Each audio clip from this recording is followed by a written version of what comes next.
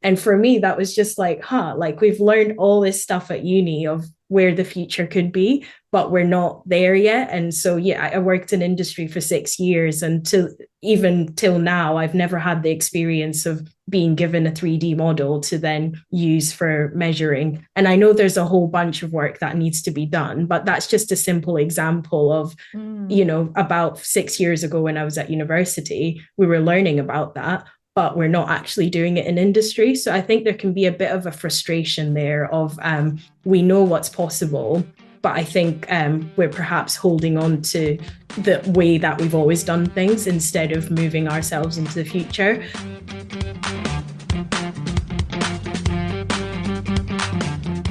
Welcome to the Surveyor Hub podcast, the podcast for surveyors who just love what they do. I'm Marion Ellis, and in today's episode, I chat to Alice Graham, a Chartered Quantity Surveyor and Solutions Engineer at Procore Technologies, where Alice combines industry expertise with a passion for technology to help construction organisations adopt cutting-edge cost management solutions, contributing to the industry's digital transformation. Yes, we're talking about prop tech, with a bit of early careers and diversity thrown in.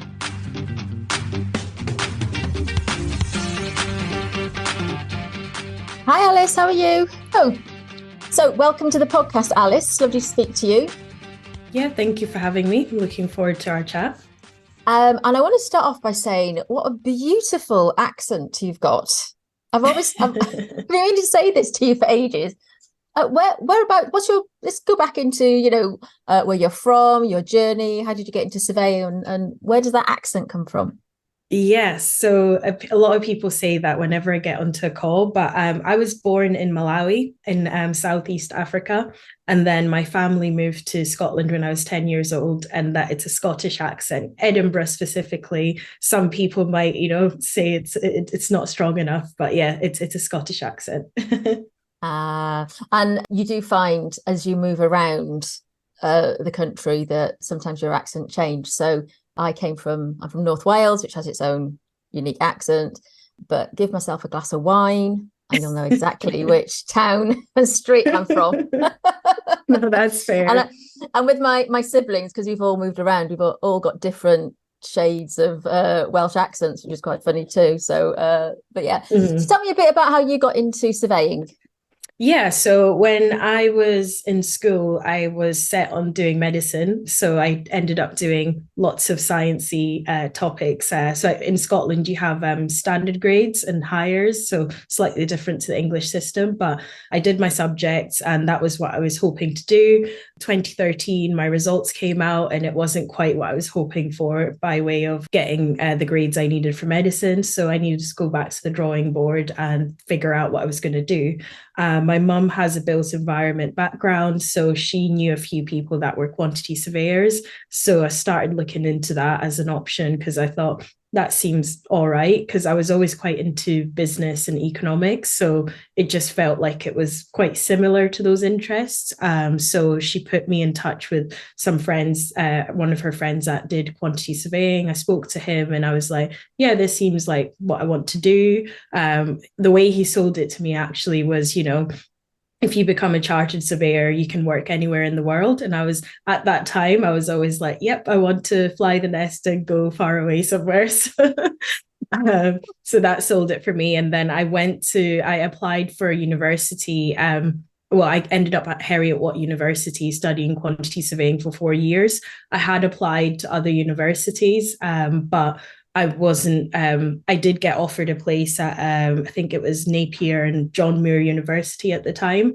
And I suppose this is also kind of part of my story in that I was being asked to pay international fees at the time. So going to John Muir University in Liverpool wasn't going to be a feasible option for me, but I got offered to pay home fees at Heriot-Watt, so that made it a bit more affordable. Yeah. How does that work? International fees? Why was that? So typically, it depends on people's residency status. At the time, I wasn't. I wasn't a British citizen at the time, so I was on a like sort of dependent visa. So it meant that my family were considered when it came to university applications. We're international. So yeah, it was a financial decision, not just, I want to go this place or wherever. So I was actually reading an email or something from a long time ago, just reflecting and thinking, wow, what a journey it's been. But yeah, I ended up at Heriot-Watt University. Yeah. And that's a big thing for lots of us, in terms of going away to university and costs, and the landscape's changed so much. I went to it's now a university. It used to be an institute. Okay. when I first I remember people talking to me about the old polytechnics. So I'm thinking, I used to go to an institute, which perhaps explains a lot. But I did it because it was local to me. It was nearby. It meant I could stay at home for a bit, and save on costs. And those practical things are real considerations at the end of the day. So how did you then sort of start work?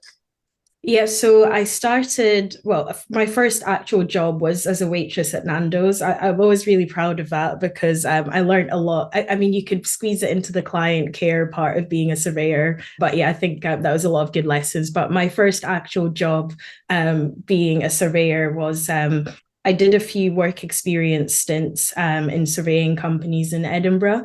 And then I was offered a part-time job in my final year of university by a local company called Thomson Gray. And they basically put me up 1 day a week. So I was studying 4 days at the company, 1 day as a trainee quantity surveyor. So that was really good experience because I got to learn from very well seasoned surveyors. And then off the back of that, I was able just to get the experience that I needed for applying for jobs, because typically a lot of when you're applying for graduate schemes, they're looking for people that have a bit, they've done some internships or something like that. So it was a really good starting point for me. And then eventually I ended up getting a graduate role with Faithful and Gold and I moved. So I used to live in Edinburgh and then moved down south to England to take on that role. So it's a lot of change once again, but yeah, it was good. So I enjoyed that. And yeah, do you want me to sort of go into the details of what I did? Well, let me ask you a couple of questions or a couple of observations. I think any kind of work experience, like waitressing at Nando's. I used to work behind a bar in Wetherspoons in a Yates's wine lodge, amongst other many things. And that really, to anyone sort of listening, never underestimate the things that you learn in those jobs and the value that brings to the world of surveying.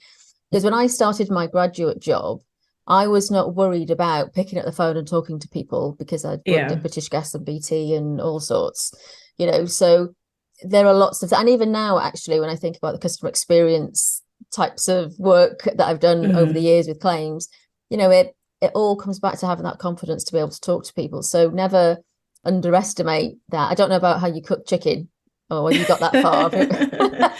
I think for me, it was a lesson about culture as well, because it was like really good about supporting the people that are working for the company. So that's something I took away with me as to culture is a very important aspect of running a business and building a team and people getting on well together. So for me, that was just quite an amazing student job, to be honest. And yes, there was some free food too, but yeah.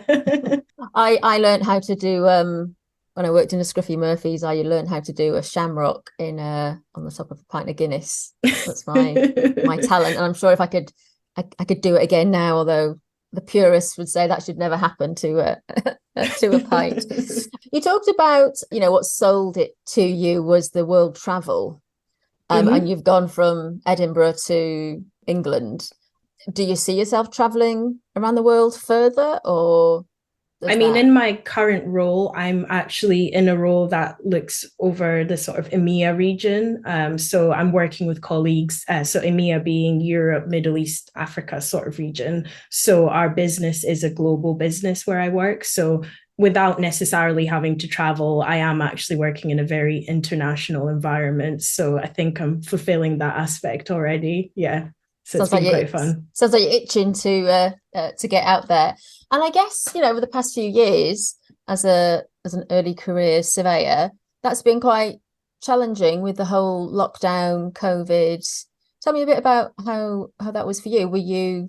How did you find that work experience?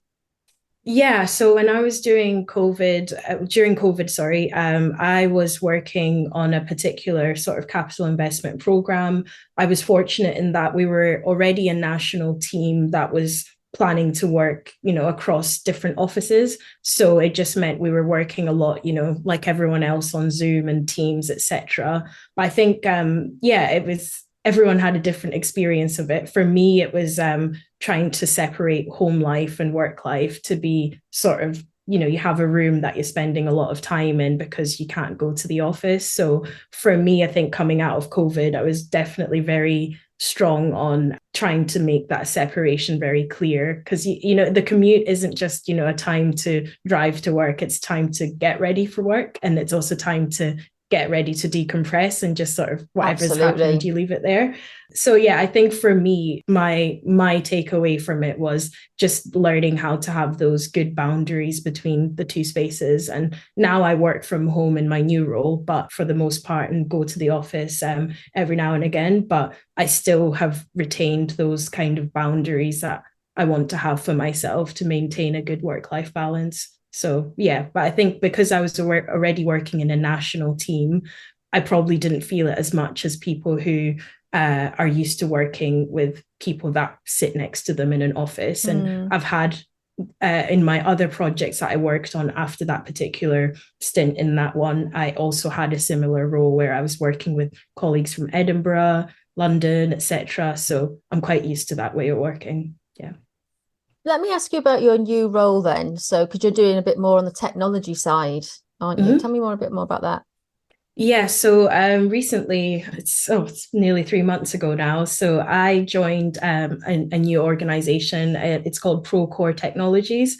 So it's a slight pivot to what I was doing previously as a quantity surveyor. So Procore is a software platform that helps to bring different people together in the construction industry. And essentially, if you think about it in simple terms, as quantity surveyors, I'll speak from that perspective, we're using so many different applications, Excel, emails, to try and conduct our day-to-day processes. And Procore's aim is to have that single place where you can go, where your applications for payments are there, the drawings are there, you can do the tendering processes there, etc. And our clients, our developers, or clients that commission projects, contractors, subcontractors. So they're trying to use Procore to make the process a lot more efficient than what is currently the case, where you have a spreadsheet for just about every single thing you do.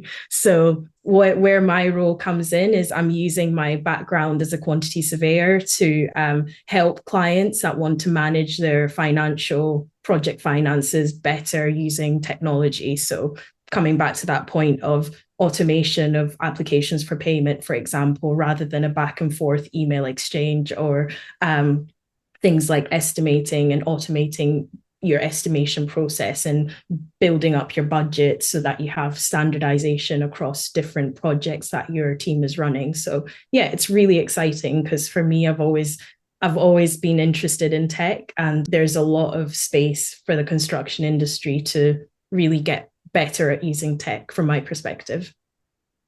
And do you think that's a generational thing, you being a youngster, that you get to grips with tech a bit better? Or I mean, what made you want to pivot in that way?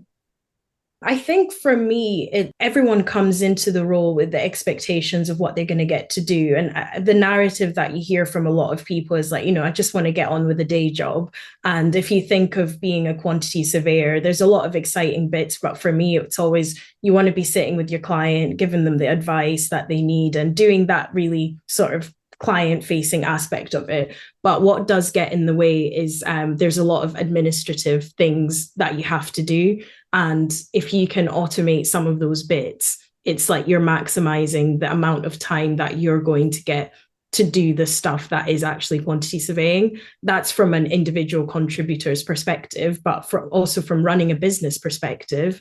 So if you're thinking maybe more like a director, you're thinking you want your people to be doing what you pay them to do rather than doing the administrative tasks. And you also want your business to grow. You want to be able to take on more work because you're running more efficiently. Those are the sort of things that I think they relate to why I think we should be using technology. So it's not necessarily an age thing, because a lot of people want to do meaningful work. So if you want to do more meaningful work, tech is one way that you can make that happen more. I mean, what's your thoughts on that? Yeah, I mean, it's a tool. Mm-hmm. That's all. You know, we talk about, you know, sort of garbage in, garbage out. It's the Mm-hmm. it's how you use it. But I mean, often I find, you know, on my side, when I see sort of residential surveyors, they don't understand their processes, why they do what they do, the fact that why they've been doing it that way for 30 odd years. And, you know, it's just the way. And so when then they go to move then over to any kind of tech, it all starts to fall down because they don't understand, you know, the audit trail, the reasons why they, as I said, they do what they do in the first place. And you're right, it's not an age thing, because you have people at different stages of their career doing different things. But I do wonder, as someone who sort of more recently than me been in university, did you find they sort of talked about technology and how that was used in university, and then you come into, you know, the construction landscape and no one's using it? Or is it sort of not quite how you expected? Because I get a sense of that sometimes on the, you know, on the residential side. Yeah, I think that would definitely be my personal experience. So I'll give you a story as an example. When I was at university, we had a course, well, we had several courses that were about technology, but one of them was about design. We built our own Revit models, like 3D models of a building. As in a quantity surveyors, project managers, like it was multiple disciplines. So we built those 3D models. We understood how they worked, and the story was, in future we should be able to take off items from it. So, you know, quantify how many, I don't know, air handling units or the amount of wall, ceiling, whatever you've got, carpet. So that should be something that in the future we should be able to automate. So then fast forward to starting work, and you're sort of really excited, this fresh-faced graduate, and you're saying, oh, can I get a 3D model of like this building? Because I know that the architects have a 3D model, so I can use it to do a takeoff and it'll be, you know, automated and all this stuff that I've learned. And then you're getting given PDF drawings in 2D, 2D, and you've got to do the takeoff by clicking and clicking, and it's not actually automated. And for me, that was just like, like we've learned all this stuff at uni of where the future could be, but we're not there yet. And so, yeah, I worked in industry for 6 years, and even till now, I've never had the experience of being given a 3D model to then use for measuring. And I know there's a whole bunch of work that needs to be done, but that's just a simple example of, you know, about 6 years ago when I was at university, we were learning about that, but we're not actually doing it in industry. So I think there can be a bit of a frustration there of, we know what's possible, but I think we're perhaps holding on to the way that we've always done things instead of moving ourselves into the future. Now, don't get me wrong. One of the key things people will always say is, you know, these young people need to know how to use a scale ruler. We learned that as well. So I know that if push comes to shove, I can do a measurement using a drawing with a scale ruler and, you know, dim paper. I can do that. But that's just to understand the principle, because if you think the amount of time we will save by using, you know, the computer versions, but being able to verify our work in a different way, then that's where the future needs to be. So I think when you have grown up with tech, you know, when you've got apps for different things, songs and podcasts, etc., it doesn't really make sense to be going into work and doing things as if you're still back in like the 90s. So that would be my personal take. What do you think we need to do to bridge that gap? Because there's nothing wrong with doing it with a ruler, and there's nothing wrong with doing it with a, you know, on a 3D model measuring things, you know. But how do we bridge that gap? Because if we don't have that, you know, turn of tide, it isn't going to get any better. And people like you and others, you know, are going to find different sectors to work in, you know, because you've got very valuable skills, and a lot of them are very transferable. What do you think we need to do to bridge that gap? I think at the moment, the tide might turn because of the business case there is for using technology, because obviously some of those people are key decision makers that would, make that purchasing decision to invest in software. So I think that might change the tide. And also as leadership sort of demographics change a little bit, because obviously people like myself, maybe in 5-10 years time, might be the people that are, the ones that are making those purchasing decisions of, this is the strategy of our company and this is the software we want to use to enable those strategic moves. Because I think I've seen that construction companies, for example, more and more are starting to have sort of business technology officers kind of as a specialist role to look at how is that consultancy or main contractor organization going to leverage technology. So there is the business aspect of it, but I think also enabling young people to have their voice heard, the young people that are into tech, that they can bring these ideas and those ideas are embraced. Because you could either go into a company and they'll tell you, oh, that 3D model stuff is a load of rubbish, or they could be like, oh, like, tell us a bit more and we're going to give you like a bit of a project, an assignment to look into it and bring it back to the business and tell us how we can leverage it. So I think those are some of the ways, but I suppose we always have to be mindful about the business side of it and the economic sense that it would make to convince the people who hold the purse strings. Yeah, you're right. Ultimately, it all comes down to money, but if the business case is there, then there is a way. And it was interesting there, you're right, it's diversity of having the right people around the table, and that cognitive diversity of younger people with experience of tech, more mature experienced surveyors with use of doing things the old ways, to come around together and to work out, what's the best thing for the company, or what's the best thing to do now. It reminds me, actually, many years ago, I was involved in rolling out the very first tablet technology for residential surveyors. And I was involved because I could work a coloured computer screen, Alice, which was very, very old. Yeah. And we had these tablets, which weighed a ton. And I would go out with surveyors and show them how to use them and sort of do like a mini audit. And it made me feel great as a surveyor, because I realized how much I knew. But I noticed that there was a fear of technology. And if you think people have never used, this kind of stuff in their work environment, and the risks that go along with it, because you're concentrating on the tool and not necessarily the job at hand, which puts you at risk of claims and mistakes and things going wrong. So for me, it sort of highlighted the fear that each of us have of learning something new at different stages. But also, I think that we need to have a bit of respect for each other. So yes, respect for those who've been doing it for years, but also respect for people with this newer technology or the new thinking, as they've come out of uni with all of these, different experiences, and finding a way to recognize that we are all consistent, yet that we are all different, and that if we recognize that people are consistently different and will use technology differently, and we design it in that way, then we're not given like a blanket, this is how it's done, and we exclude certain people, or the older guys leave, or, it's a way of finding a way of approaching it, knowing that everybody is different so that they can do their jobs to the best of their ability, which is a whole, just recognizing that we're people, not computers, at the end of the day.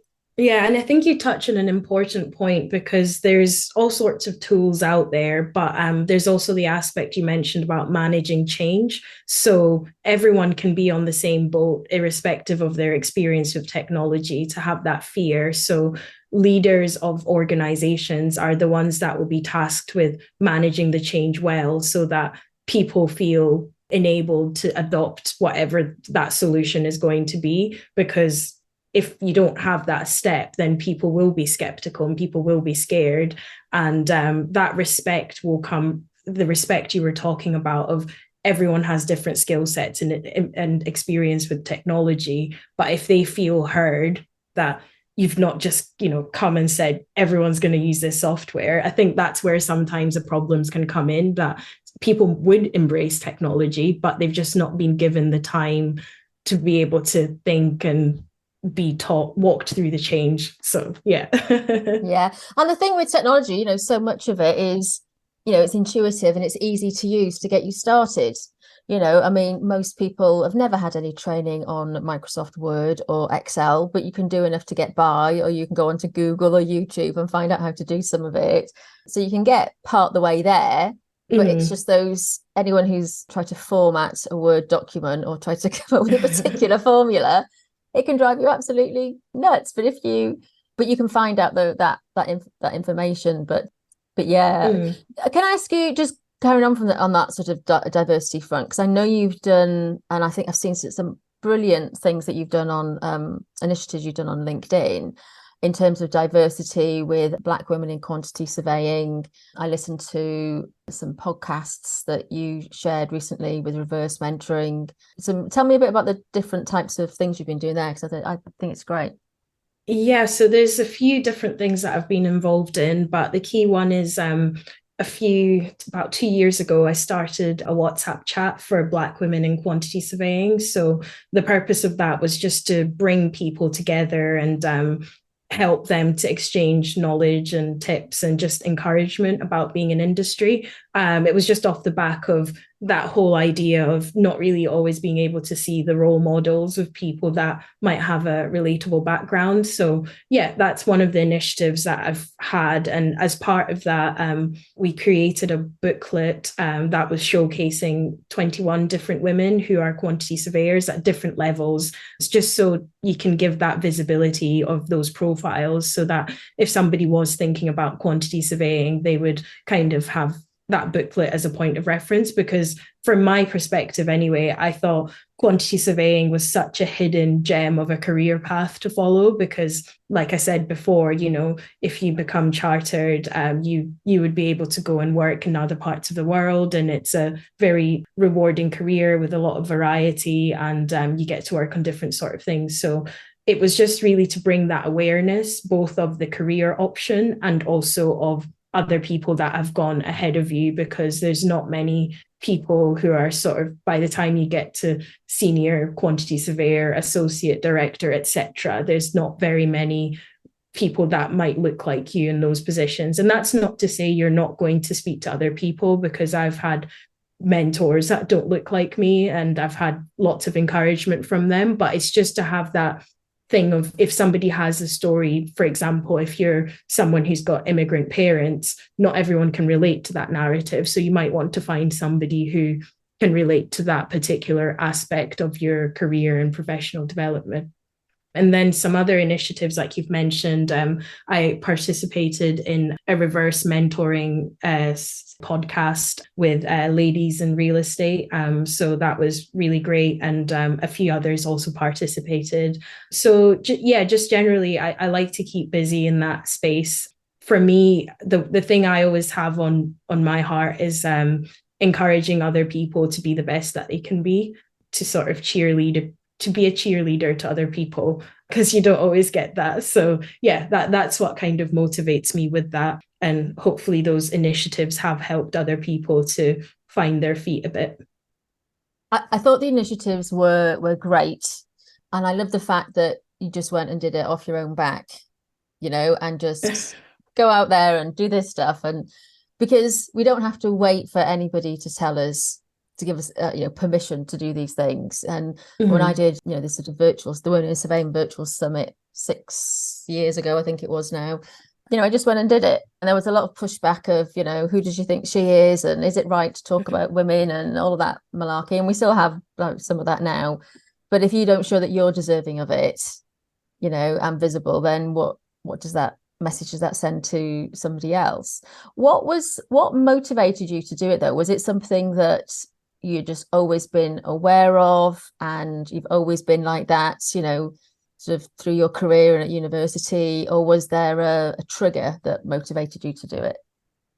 For me, I've always been someone who always thinks of life in the sense of community. So what triggered me was, people would usually say those phrases like it's lonely at the top, or you want to go together with other people and not be on your own. So for me, I thought, well, if you're already sort of a woman in construction, you're a Black woman in construction, you're already got quite a small pool of people that can relate to that. And so it's building that community of people you can be able to speak to and have a community that you build around yourself as a support system. So, and also be able to offer that to other people, because now I'm where I am in industry, I'm a bit further on. And for people that are coming into industry, they can get that support. And specifically why I did it as a self-led initiative, if you want to call it that, rather than having corporate affiliations, was I think it can be challenging sometimes if you need to do something as a corporate initiative that, obviously there's pros and cons of, you get corporate backing, you would have maybe access to certain resources. But from my perspective, having the freedom to shape the initiative the way you want it to go, and not have those sort of ties that would dictate how you're going to run an initiative, is what appealed to me to do it the way that we've done. And it's not to say that it would be like that forever, but I think for me, it does appeal to sort of have it that it's not necessarily got that affiliation, but always for people who have, supported us and said, can we reshare and whatever, there's no issue with that. But I think from my perspective, where I was at when I started it really helps to keep it sort of very neutral, if I can put it that way. Yeah. And I think it goes to show just what can be done these days without a huge budget, with a bit of initiative. And the whole sort of women in surveying stuff that I do, like you, it's independent, it's not sponsored. There are different ways that people can support, and it's just grown because of enthusiasm, and people just sort of want to get on board, but it just goes to show just the power of just having the right message and targeting it at the right people, and the difference that can make. And can I add something to it? Like, it depends on who's listening to this. I think when these sort of initiatives happen the way they do, it's actually a challenge to corporations that if we can do this without very much budget, then you should be able to do far, far more than we can, because you've got access to marketing consultants, you've got PR companies, whatever you do have. So I think it's a challenge to those organizations to say, look at Marion doing this, you just off her own back. So you could have a team of 10 people doing this all year round. So it's just a challenge to put out there that, yeah. I totally agree. I totally agree. And it just goes to show if something matters to you, and if it's a priority, then there are ways that you can make it happen. And therefore, there is no excuse whatsoever for any corporate or professional organization or membership body, anything out there, that they cannot make a difference. They just need to pull their finger out and get on and do it. One of the things that I found is that the more you become visible and become sort of a bit of a role model, is there's an expectation, and people and businesses will come to me to ask for advice or comment or input, and they don't want to pay for my time. There's an expectation that, I'll refer it to Marion and she'll know what to do about all the women, like I'm the only woman surveyor out there, for example. But and also there's a pressure of, what's next, and how do you keep things going, and how do you keep that momentum building? How have you found that the more that your visibility has increased? I think for anyone who finds themselves in that place, they have to be able to have solid boundaries as to how they're going to conduct themselves and what they say yes to and what they say no to. And my principle is always, you want to say a big fat yes to the things that really matter to you and align with your vision and values. And you can say no to things that don't align with that vision or your values, or you can even one tactic I've used is trying to have evergreen material, I call it. I learned this term off of a former colleague, and it was that just this idea that you can actually have something that you can give to somebody if they ask you a question, as opposed to you having to create a personalized answer for that person. So coming back to the booklet for Black women in QS again, then that is an evergreen piece of material that if somebody asks you, well, tell me more about what you do in your job or whatever, you can just say, here's a link to the booklet, go have a read, and you probably find the answers for what you're looking for in there. So that's one way that I look to manage that aspect of it, because you can't answer everyone.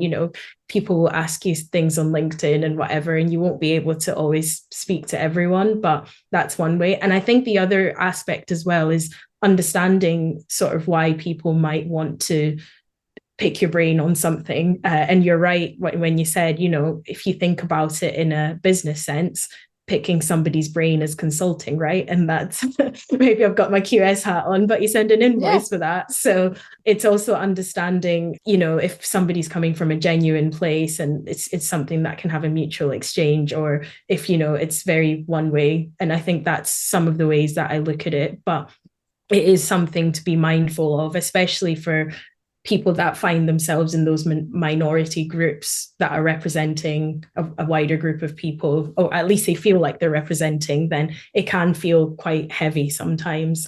But with the right boundaries, there's nothing wrong with saying no. And I've said no to things like, even in Black History Month, I've said, no, that doesn't align with my values to some things, and I didn't do it.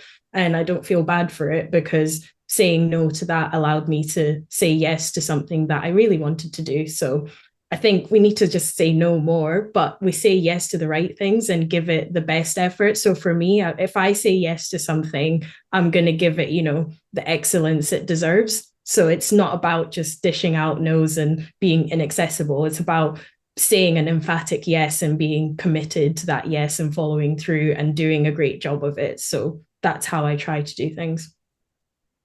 I think that's really good advice. There you go. I do. It's, and the more that but you've got to start with understanding what your values are, and what's important to you. And, and I see this with lots of surveyors, that I work with is doing the personal development and understanding why you do what you do, what's important to you, what's going to motivate you to go and make the change or to do whatever it is. Your values coupled then with boundaries. And it's hard. There's so many things that I would love to go and just sort out. And I know I could, but there are times when I think, well, actually, no, I should be paid to do this. I was recently contacted to ask if I would do a volunteer role to apply for a volunteer role for a membership.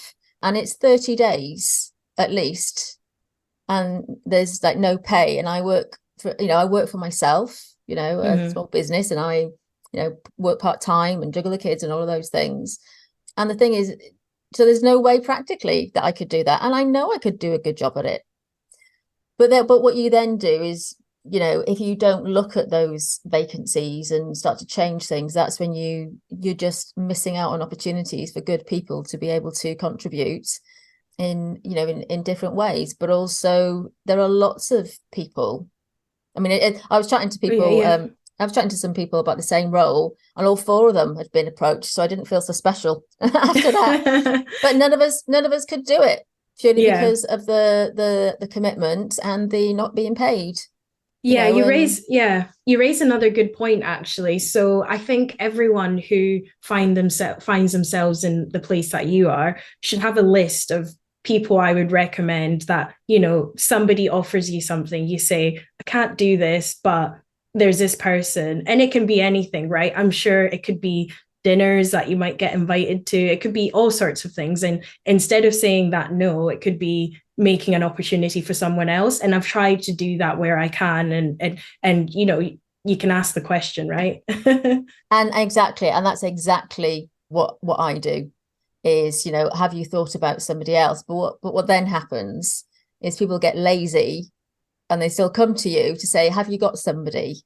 It's like, can you not create your own list? And that's where things like, you know, so within Women in Surveying, we've got this directory, which is just a list of women surveyors. But it just goes to show that you can create a list. You know, you just need to go out there and do this stuff. And what I find sort of quite refreshing with the initiatives and the kind of work that you've been doing is what motivated me was actually just being really annoyed at some situations. But whereas what's motivating you is it's just the way that these things should be done. And, you know, the whole community spirit of it and changing the world for the way that it should be. And I think female surveyors, I mean, all surveyors, but I see it particularly with female surveyors, is we've got to consistently recognize that we have all had different experiences, you know, right the way through. There's not, you know, I start talking to women and you can guarantee that there'll be somebody there who went back to work 4 days after having a baby, you know, or somebody didn't get maternity leave, or, you know, whereas now there are places that offer, you know, a year's maternity leave or really great benefits.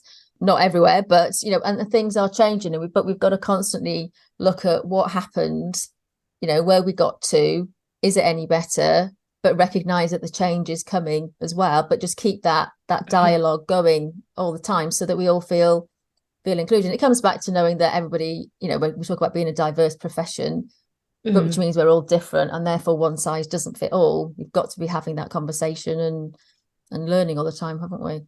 Yeah, and I think if I was to sort of shout you out with what you did with the Women in Surveying Summit, I remember I was watching it. Was it pre-COVID or I don't know. I just discovered it on the internet. Yeah. And what I liked about that is, like you say, everyone has such different experiences, and storytelling is such a powerful way of getting to know those stories, which is like what you've been doing in the podcast. You get, you know, surveyors that have been doing it for 50 years, and you get people that started in one industry, came into surveying. And it's when you make time to hear those stories, you can appreciate that there's always nuance in how life in professional life works, and you can't take it as a given that this person is going to have the same view as you, but you can always try and find a common, something you can hold on to having in common, which for this podcast is, irrespective of what your background is, you're a surveyor. And if you're a quantity surveyor, maybe you nerd out together on bills of quantities or something. So it's something that you would have in common. So focusing on those similar things that hold you together, like the glue, I suppose, is something that will help people to not necessarily overcome the differences, but to have an appreciation of why they are in the same space together. Yeah. It's a bit like everyone always says, you know, how do you describe a surveyor, or what does a surveyor look like? We're all different. And it's always sort of seen as a negative, whereas I think our strength is in our diversity. And if we approached it as a strength, and that we're all different and we all bring something to the table, it'd be a heck of a lot easier, you know, to approach going forward. One question that I want to ask you about visibility. So as you've got involved in these different initiatives, you've become more visible. How do you feel about that? Has it been something that's easy to do or not? It's not always been easy, because not everyone shares the same view about what it means to be visible, especially when you talk about it in terms of being visible through stuff like social media, of LinkedIn, etc. So you get different camps of people. Some people are sort of like, you know, keep your head down, you know, what's all that LinkedIn stuff about? And then you get people that are really supportive. But for me, keeping a picture of the big vision that I have for my career, and how I want to sort of I always think of, when I retire one day, what would my legacy be as to what I did and how did I contribute? So even though it can feel painful sometimes, it's like, if it's feeding into my overall vision of how I'm going to help other people, then, you know, there's like a sort of short-term pain for long-term gain, if that makes sense. But equally, I think that people who do find themselves that visible need to, once again, set those boundaries, to have, an inner circle of people they can go to speak to, because obviously if you're very visible, you have to be mindful of who you're going to say things to and all that sort of stuff.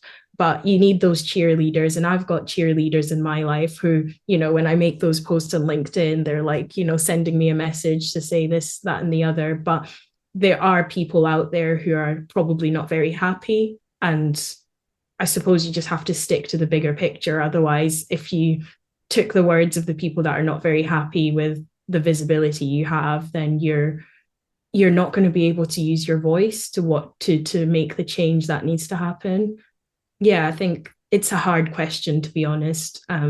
You're right, and we as surveyors and in society, we're so judgmental sometimes of, are we showing off? Is she showing off by having a podcast with a picture on it?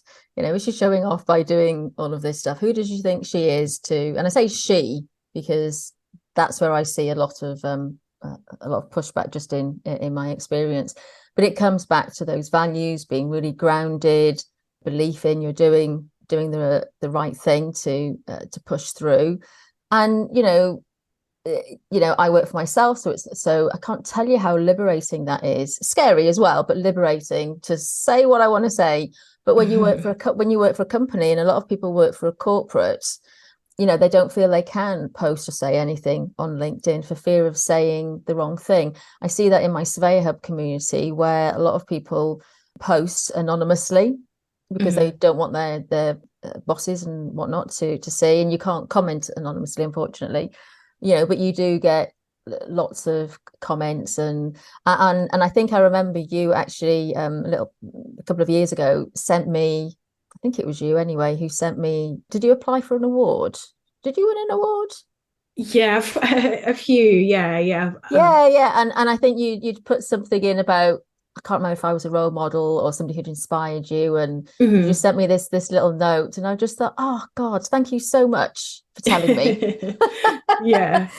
Just those, when you get those little thank you for putting yourself out there, it just makes such a difference. Yeah. And when you get those sort of messages, it reminds you why you're doing what you're doing. And even if, like, it kind of lights up your day. And when I've had those, I'm like, I'm onto the right path of what I wanted to achieve. Even if other people might not be on the same train. Yeah. So what's coming up for you next then? So you've got this new role. It's all about the technology, maybe a bit of travel at some point. What's in the future for you and your career? I think for me, just settling into this role and understanding the landscape of how companies are using technology. So specifically, like I mentioned before, my role is it's got two angles to it. There's the external side, which is helping clients to understand their current processes and how they can use Procore to better manage your project finances. But there's also an internal piece, which is some of my colleagues, a lot of them have never worked in the construction industry. So it's also educating them about how construction works. So there's a group of us within the business that have worked in construction, people that are project managers, and they worked in all sorts of different organizations. But if you think about people that have the technical know-how of building software, many of them wouldn't have necessarily started off as like a brickie or a joiner. So you're trying to educate them about what the clients need, because the clients will say, oh, like, have you thought of this? And have you thought of that? And then where the global role comes into play, where you're working with different global regions, is different people do construction, different countries do construction very differently.